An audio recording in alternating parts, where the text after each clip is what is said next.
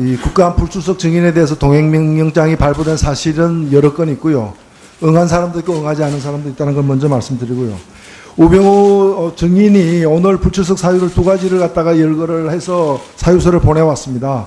근데 그 두 번째 사유가 뭐냐면은 각종 의혹에 대해 검찰 수사가 진행 중인 점을 고려해서 부득이 참석할 수 없다고 했는데, 지금 우리가 무슨 질의 내용에 대한 사전 검열죄가 있는 것도 아니고, 지금 본 운영위원회 위원들이, 감사위원들이 무엇을 질의할지 본인이 어떻게 재단을 합니까? 서로 검찰 수사가 진행 중인 사안에 대해서 질의하지 말아야 한다 하더라도 그 이외에 검찰 수사가 진행 중이지 않은 사안에 대해서 질의할 수도 있는 것인데, 미리부터 이렇게 질의 내용을 갖다가 자신이 임의로 자의적으로 한정시켜가지고 그걸 이유로 출석하지 못하겠다고 하는 것은 말이 안 된다고 보고요. 또 몇몇 위원들께서 국정감사 및 조사에 관한 법률 제8조를 가리키면서 재판 또는 수사 중인 사건의 소추에 관여할 목적으로 이 감사권이 행사되어서는 안 된다고 얘기하는데, 이 8조는 따라서 소추에 관여할 목적으로 질의되는 내용에 대해서 답변하지 않을 권리와 근거는 될지언정 원천적으로 출석하지 않을 이유가 되지는 못하는 것입니다. 이런 내용이 질의 중에 혹 있게 되면은 이 법 8조에 따라서 질의 못하겠다고 하면 되는 것이지, 그런 질문이 있을 수 있기 때문에 아예 나오지 않겠다고 얘기해서는 안 되는 것이고요. 그리고 동행명령장 발부와 관련된 의견을 보내서 하자는 제안에 대해서 정의당에서도 적극 동의한다는 말씀을 드리고, 이 법 11조에 따라서 감사 또는 조사는 위원회에서 정하는 바에 따라 국회 또는 조사 대상 현장이나 기타의 장소에서도 할 수 있게 되어 있기 때문에 동행명령을 거부하게 될 경우에는 어제 제가 말씀드린 대로 청와대 현장으로 가서 국정감사를 할 수 있도록 본위원회에서 의견해 주실 것을 안종무 수석한테 묻겠습니다.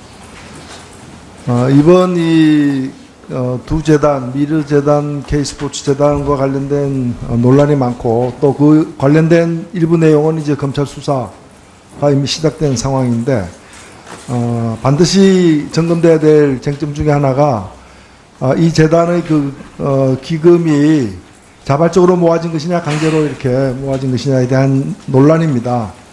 10월 14일 국회 산자부 국정감사에서 이승철 부회장이죠.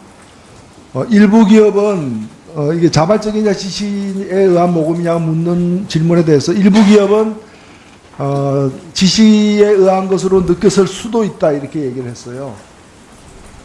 그러면 그 지시를 누가 했느냐, 안종범 수석이냐, 최순실 씨냐라고 하니까 답변을 안 했어요. 답변 안 하는 바람에 이제 의혹이 더 커졌다고 보는데, 어떤 분이 이런 발언을 했습니다. 강제 모금은 있을 수도 없고 있을 수도 안 되며 있을 필요도 없다. 경제인들 스스로가 상호 협의 조정해서 결정한 것이다. 이런 발언에 대해서 어떻게 생각하십니까? 예, 그게 맞는 것 같습니다. 맞는 것 같습니까? 예. 이 발언 누가 한 줄 아세요? 모르겠습니다. 이 발언은 88년 11월 50 청문회 때 장서동 씨가 한 발언입니다. 이래재단이 자발적으로 만들어졌느냐, 강제로 모금된 거냐고 물으니까 장서동 씨가 자발적으로 만들어졌다고 하면서 한 발언을 제가 그대로 따온 겁니다. 지금 미르재단, K스포츠재단에 대한 의혹이 바로 이런 거예요. 바로 이런 겁니다. 그 50 청문회에서 정주영 회장이 할 수 없이 편히 살려고 시키는 대로 했다라고 강제 모금을 시인했던 그 증언은 대단히 유명하게 남아있는 부분입니다. 그런데 바로 이 모금이 이루어지던 2015년 11월 달에 한국경제의 자료 한번 띄워보세요. 바로 11월 18일입니다. 한국경제 관련된 논설위원이 이런 얘기를 해요. 기업들이 박근혜 대통령의 문화융성 정책에 화답한 결과라는 게 정부의 설명이다. 어저께 대통령 설명하고 똑같습니다. 기업들이 박근혜 대통령의 문화융성 정책에 화답한 결과라는 게 정부의 설명이다. 이 설명이 이미 작년 11월 18일자에 실렸던 거예요. 그런데 왜 과연 그럴까 싶어가지고 미래에 왜 돈 냈냐고 하니까 답은 내란이 냈다. 누가 내라고 했느냐니까 다 아시면서 이렇게 답변합니다. 저게 사실이라면 저게 강제 모금 아닐까요? 네, 저는 전혀 알지 못한 사실이고요. 만약에 그런 분이 있다 하더라도 그거는 전체를 그런 식으로 일반화시킬 수는 없다고 생각합니다. 야, 그리고 부분적으로 이래재단과는 잠깐만. 문화재단과 전혀 다른 재단입니다. 아니, 저 미르재단을 가리키는 저 논설은, 저 칼럼은 미르재단을 가리킨 것이에요. 이거는 우리가 뭐 왈가왈부한 문제는 아니고요. 일부 강제 모금 있을 수도 있다고 답변하셨습니까? 저는 그건 그건 사실 아니죠. 전혀 모릅니다. 예. 그 다음에 박병원 경총회장이 발언한 내용이 최근에 소개되는데 그 발언한 날짜가 2015년 11월 6일이래요. 11월 6일. 저 칼럼보다 먼저 씌워진 것입니다. 그 내용은 제가 언급 안 해도 아시죠? 정경련을 통해 대기업들 발목을 비틀어서 4,500원 순식간에 모았다. 제가 묻겠습니다. 이 발언이 소개되었는데 사실 이 발언을 할 당시가 2005년 11월 6일이면 그때 경제수석가 하고 계실 때죠. 예, 맞습니다. 예, 예. 그러면 어찌 보면 누가 보더라도 정경련을 통해서 누가 이거 정경련을 통합니까? 청와대 아니에요.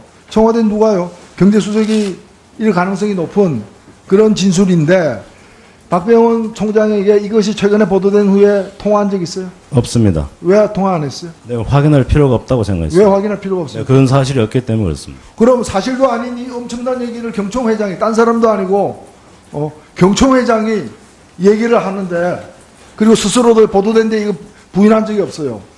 그런데 그 사람이 현재 경총회장이에요. 근데 아니 그런 말을 왜 합니까? 그런 말 잘못된 거 아니에요? 취소해야죠. 사과하세요. 아니면 혹시 내가 모르는 다른 사실이 있습니까? 당연히 물어봐야 되는 거 아니에요? 저는 이 발언을 듣고서 가만히 있다는 게 대단히 의혹을 키우고 있다고 보는데 어떻게 생각하세요? 확인되지 않은 각종 의혹에 대해서 다 제가 문제 제기할 수는 없습니다. 그리고 박병원 회장은 저도 개인적으로 굉장히 존경하고 잘 아시는 분입니다. 잘 그래서 아시는 나중이라도 분이죠. 예. 저 확인을 하려고 합니다. 그런데 그 사실이 아니에요. 근데 이것 때문에 나라가 이렇게 시끄러운데 지금 여러 날 시끄러운데 대통령께서는 직접 나서서 국민들에게 해명하고 이것 때문에 우리 국가 앞날에 얼마나 악영향을 미치고 있냐 걱정을 갖다가 어제 오늘 계속 하고 계신데 이게 이거보다 더한 악성 루머가 어디 있어요?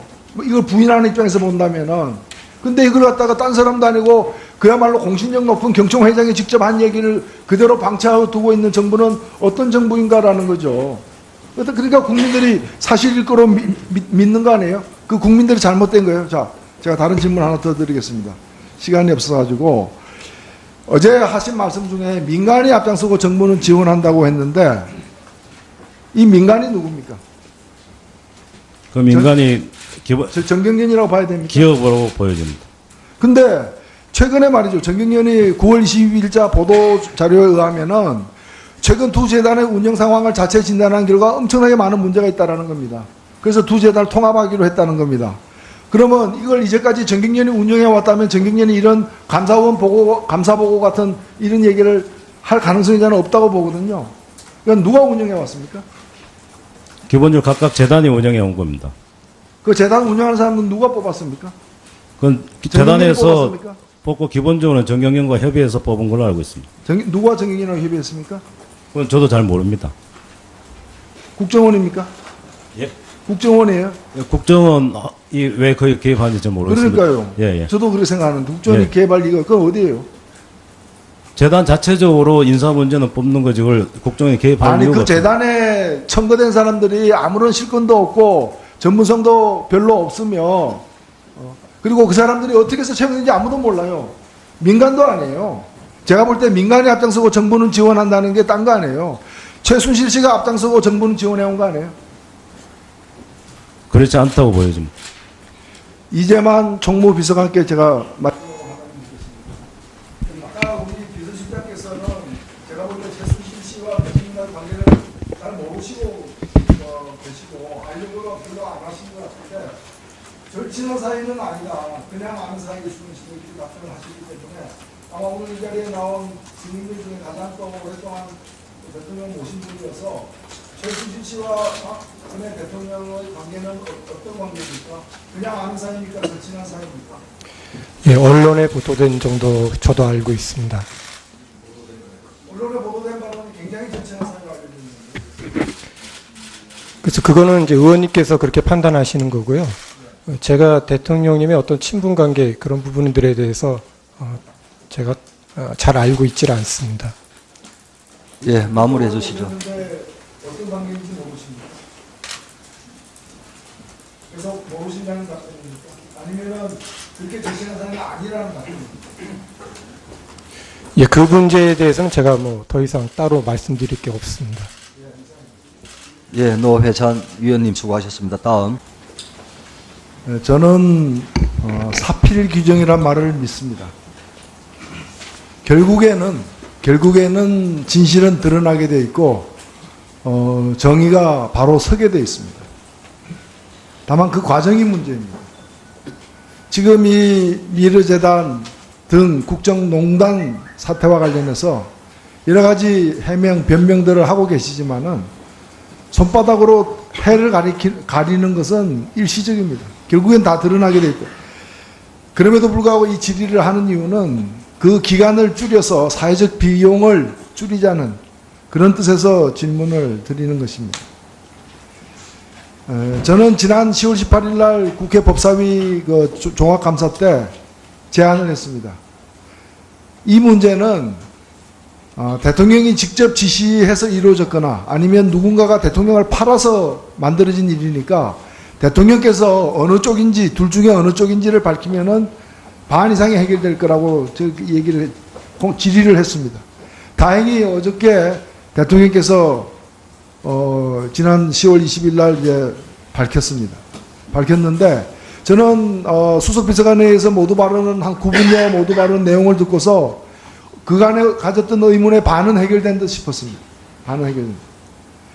이 사업은 최초의 누구의 개인적 아이디어였던 간에 대통령께서 이 두 재단을 만드는 일에 크게 공감을 하고 확신도 가지고 대단히 긍정적으로 평가하고 그래 이게 이 일을 착수돼야 된다라고 결단을 하면서 시작된 일입니다. 바로 그렇기 때문에 이틀 만에 수백억이 모일 수 있었고 재벌 관계자들이 도장 들고 다 모일 수 있었고 그리고 정광석화처럼 행정 시스템들이 뒷받침해가지고 등기까지 다 완료가 되게 됐던 그간에 가졌던 이 모든 의문이 다 풀렸던 겁니다. 그러니까 이 최순실 게이트라고 불리는 이 두 재단에 관련된 일의 머리는 뭐냐? 머리는 바로 대통령입니다. 그리고 대통령께서 소상하게 사업을 파악하고 있고 세세한 부분까지 다 알고 있고 여전히 대단히 긍정적으로 이 사업에 대해서 자부심을 갖고 있다는 것이 그 모두 발언, 수석 비서관회의 모두 발언으로 다 드러났습니다. 다 드러나. 그리고 꼬리는 정경련이라는 것도 우리가 다 확인된 겁니다. 문제는 몸통입니다. 몸통. 도대체 이 사업을 누가 하느냐? 아까 재단 관계자들이 하고 있다고 얘기했지만 그 재단 관계자들은 전부 다 불려온 사람들이 왜 불려왔는지도 모르고 불려온 사람들이고 와서는 껍데기처럼 겉돌한 사람들이고 나가라니까 나가고 거의 다 교체되고 마지막에 이것이 백일화에 드러나서 문제가 되니까 다 사표 내는 식으로 하지 돼버린 사람들. 그러니까 몸통이 지금 없는 문제는 머리와 꼬리는 있는데 머리는 대통령이고 꼬리는 정경련인데 몸통이 없는 게 문제입니다. 몸통이. 이 몸통은 청와대도 아니에요. 그리고 정경련도 몸통이 아니에요. 정경련도 이 사업을 전혀 어떻게 돈은 냈지만 어떻게 진행했는지 모르고 있다가 문제가 되니까 급기야 나타나가지고 마치 내가 운전해서 사고 냈다는 식으로 거짓 진술하듯이 이승철 부회장이 이걸 갖다가 다시 두 개를 통폐합하겠다고 할 때 보도자료 낸 내용을 보면은 정경련이 맡았다면 애초부터 이 사업을 이렇게 운영하지 않았다는 고백이나 다름없습니다. 그 정경련도 아니에요. 청와대 비서실도 아니에요. 문체부도 아니에요. 누가 했습니까?